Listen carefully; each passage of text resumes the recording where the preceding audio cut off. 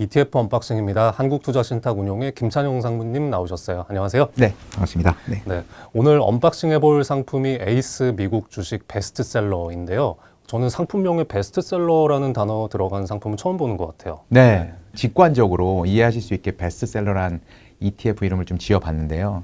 가끔 서점을 가다 보면 처음에 이제 발걸음이 닿는 곳이 보통 베스트셀러 칸이잖아요. 그렇죠. 그래서 요즘 어떤 책들이 인기 있나 이렇게 쓱 한번 보고 그 중에 마음에 드는 책이 있으면 한 권 사기도 하고 거기 마음에 드는 게 없으면 이제 다른 서가로 좀 이제 발걸음을 옮기는데 바로 그 개념입니다. 한국 투자자분들이 좋아하시는 순서대로 베스트셀러를 매겨서 그 베스트셀러를 한꺼번에 요즘 회 많이 드시던데 겨울철에 네. 모든 회 같은 개념으로 모든 생각하실 회요? 수도 있으실 것 같아요. 그래서 뭐 방어도 먹고 싶고 광어도 먹고 싶고 뭐 이러신데 보통 그런 경우에는 그냥 모든 회를 시키잖아요. 그래서 미국 주식도 뭔가 이제 결정장애에 걸리신다고 하시면 그때는 이제 미국 주식 베스트셀러 투자해 보시면 좋지 않을까 이렇게 생각을 하고 있습니다. 네, 투자자들한테 가장 인기 있는 종목들을 모아서 투자하는 ETF다. 뭐 이제 그런 말씀이신데 네. 우리가 음원 차트 같은 것들을 봐도 네. 이렇게 순위를 산정하는 데는 여러 가지 또 기준이 있지 않습니까? 네네네. 이 상품은 어떤 기준으로 좀 종목들을 선별을 하시는 건가요? 네, 아주 좋은 적절한 비유를 들어주신 것 같아요. 요즘 젊은 분들은 음중이라고 하더라고요. 네, 네, 음악 중심. 저희는 가요 톱10을 많이 예, 그런 프로그램들 보시면 점수 집계하겠습니다. 그래서 뭐 음원 음반 점수와 뭐 사전 투표 점수와 그리고 뭐 생방송 투표를 합산해서 뭐 1등을 정하지 않습니까? 이 미국 주식의 베스트셀러도 순위를 1위부터 10위까지 쭉 정해 보는데 그 순위들을 각 카테고리에 맞춰서 좀 순위를 매기고 그 순위를 전체적으로 종합해서 전체 순위를 매기는데요. 카테고리가 한 3가지 정도가 있을 것 같습니다. 첫 번째 카테고리는 이제 순매수 결제 금액이 되겠습니다. 그러니까 한국 투자자분들이 가장 많이 순매수하신 순서대로 1위부터 50위까지 이제 한국 예탁결제원에서 보통 이제 순위를 매일매일 집계해서 이제 발표를 하고 있는데 순매수 결제 금액이 가장 높은 종목이 이제 1위가 되게 되는 것이 첫 번째 카테고리가 될 거고요. 두 번째 카테고리는 이제 전체 거래 금액이 되겠습니다. 이제 순매수 결제 금액이 많다고 하더라도 거래 자체가 많지 않다고 하면 저희가 인기 있는 미국 주식이라고 할 수가 없을 텐데요. 대표적으로 테슬라를 꼽을 수 있겠습니다. 최근에 테슬라는 1년 내내 연중 매수 금액이 압도를 해오다가 이제 12월에 들어서는 매수보다 매도가 더 많아지고 있는데요. 전체 거래 금액에 있어서는 압도적인 모습을 보이고 있기 때문에 여전히 1등을 구가를 하고 있습니다. 세 번째 카테고리는 이제 보관 금액입니다. 매수와 거래 금액을 다 이제 살펴보더라도 우리 한국 투자자들이 제일 많이 보유하고 있는 미국 주식 종목은 또 별도로 있을 텐데요. 이 보관 금액 자체가 많은 순서대로 1위부터 순위를 매겨서 세 번째 카테고리의 등수를 매기게 됩니다. 그래서 이렇게 3가지 카테고리의 종합 점수 개념으로 순위를 매겨서 1위부터 10위까지의 베스트셀러 종목을 꼽게 됩니다. 서학개미들이 많이 보유한 종목, 네. 또 많이 순매수한 종목, 또 네. 많이 거래를 한 종목 이런 거를 종합적으로 따져서 이제 랭킹을 매긴다 하시는 말씀이네요. 네. 네. 근데 예탁결제원의 그 매수 랭킹은 누구나 볼 수가 있잖아요. 근데 네, 맞습니다. 가끔 들어가서 보면 ETF도 있고, 네. 우리 반짝 떴다가 내려오는 밈주식 같은 것도 있고 하거든요. 근데 이런 것도 그러면은 들어가 버리는 건가요? 일단 저희가 그 베스트셀러 종목들을 산정할 때 ETF와 리츠는 제외하기로 했습니다. 저희가 순수하게 미국 주식 중에 베스트셀러를 꼽기로 했기 때문에 최근에 이제 투자자들이 인기 많으신 TLT, 뭐 TMF 이런 뭐 미국 장기채 ETF나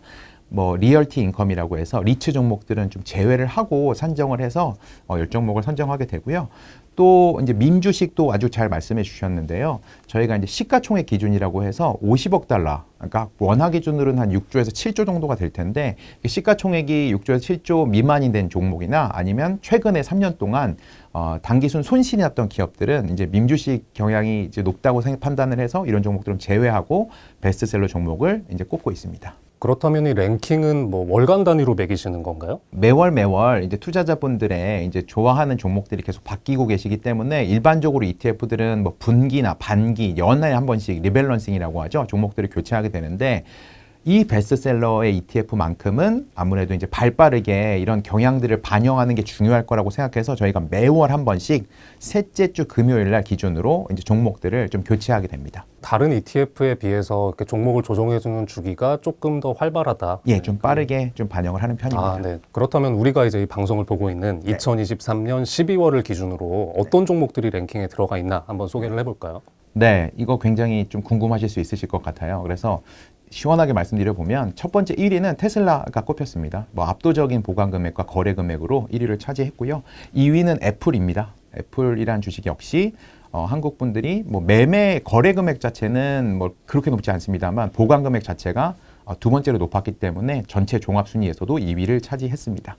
그리고 세 번째는 예상하실 수 역시 있으신 종목 엔비디아입니다. 4위는 마이크로소프트, 5위는 알파벳, 그리고 6위는 아마존, 7위는 메타. 이렇게 해서 1위부터 7위까지가 M7 종목이라고 하죠. 예, 올해의 그 매그니피션트 7, 이 M7 종목들의 인기가 고스란히 순위에 반영됐다고 볼 수 있고요. 그리고 8위부터가 좀 흥미로우실 텐데요. 8위는 AMD 반도체 회사죠. 최근에 이제 보관 금액이 한국 투자자분들 꽤 늘어나면서 8위까지 올라왔고요. 9위는 팔란티어라는 종목이 차지했습니다.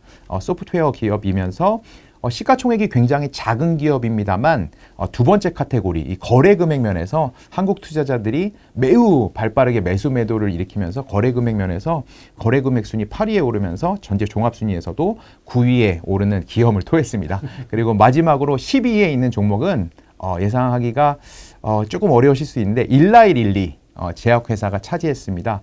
저도 이 기업만 믿고 있는데요. 최근에 이 마운자로 비만 치료제죠. 뭐 젯바운드 이렇게 해서 제가 이제 요 약만 이제 내년에 한국에 출시되라는 걸 기다리고 있는데 요 제약주에 대한 관심으로 일라이릴리가 10위에 랭크를 하게 되었습니다. 어떤 종목을 고르냐 못지않게 어떤 비중으로 섞느냐도 중요하잖아요. 그러면 10종목으로 구성이 된다고 하면 다 10%씩 이렇게 하시는 건가요? 아니면 좀 비율이 다릅니까? 집단 지성을 좀 믿어보자 이런 개념으로 ETF가 만들어진 거기 때문에 1위를 한 기업들에 조금 더 비중을 투자하자 이런 컨셉으로 만들어져서 1위 기업에는 20% 그리고 2위 기업에는 18%, 16%, 14%, 12% 이런 식으로 그 5등까지 기업에 이제 80%를 투자를 하게 돼 있습니다.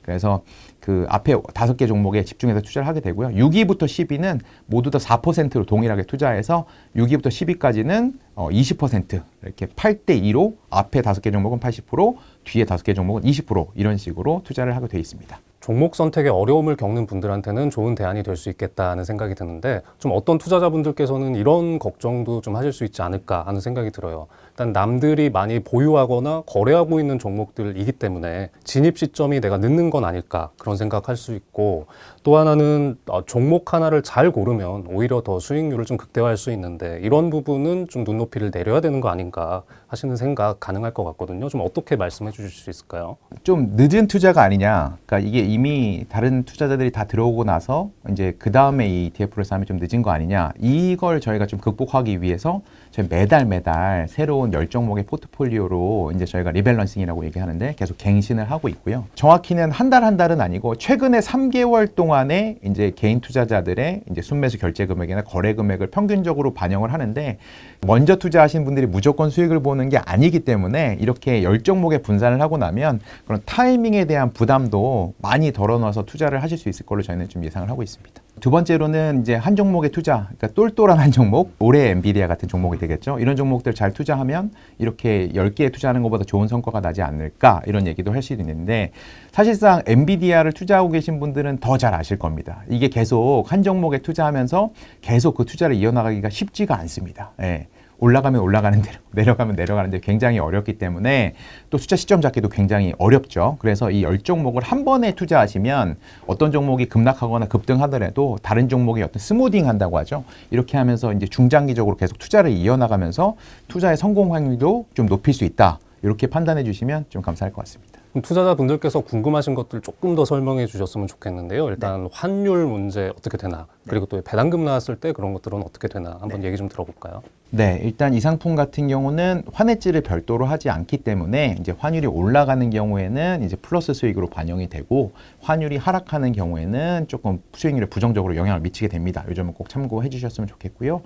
1등부터 10등까지의 종목들에서 이제 배당금이 나오게 되는 경우는 이 배당금들을 다시 투자자분들에게 분배금 형태로 돌려드릴 계획인데요. 근데 최근에 이런 인기 있는 종목들이 배당금이 굉장히 적습니다. 네, 그래서 아시다시피 이제 나스닥 같은 경우 S&P 500이 배당률이 높고 나스닥 같은 경우는 1% 연 1% 미만의 배당금을 갖고 있거든요. 근데 저희 한국 투자자들이 사랑하는 이런 성장주 계열의 종목들은 연평균 이제 배당이 0.5% 미만으로 배당을 하고 있기 때문에 이 배당금은 크게 여기 이 포트폴리오에서는 기대하기가 좀 어렵다. 이것도 같이 참고해 주시면 좋을 것 같고요. 마지막으로 제가 직접 저의 예를 좀 들어드리면 좋을 것 같아요. 저도 한 코로나 때였나요? 저희 이제 딸한테 이제 미국 주식을 계속 좀 선물하고 싶어서 디즈니란 종목을 계속 사서 모아줬던 기억이 나요. 근데 최근에 혼절했던 아픈 기억이 좀 있거든요. 그러니까 처음에는 5년, 10년 길게 딸아이가 이제 클 때까지 투자를 하면 장기적으로 길게 이제 투자에 성공할 수 있지 않을까 투자를 했는데 이게 고점 대비해서 거의 뭐 반토막 이렇게 나고 나면 중간에 매도를 하지 않기가 쉽지 않습니다. 그래서 이런 개별 종목을 연금 계좌 같은 긴 안목으로 투자하기는 사실상 쉽지가 않습니다. 그래서 이렇게 10종목을 한 번에 모아서 투자하시면 훨씬 더 마음이 좀 편하고 뭐 한 종목이 조금 문제가 생기더라도 다른 9개 종목에서 좀 이제 만회가 되면서 좀 장기적으로 투자할 수 있게 도울 수 있는 훌륭한 도구가 되지 않을까 저는 이렇게 생각하고 있습니다. 에이스 미국 주식 베스트셀러 ETF 같이 언박싱 해봤는데요. 상품이 좀 잘 돼서 좀 닉네임도 좀 생겼으면 좋겠습니다. 미주배 이런 식으로 줄여서 부르면 미주배 좋습니다. 입에도 잘 붙을 것 같아요. 네. 지금까지 어떤 미국 주식에 투자할지 좀 고르기 힘들어하는 분들께 좋은 대안이 될 수 있는 새로운 ETF 알아봤습니다. 오늘 김상무님 말씀 고맙습니다. 고맙습니다.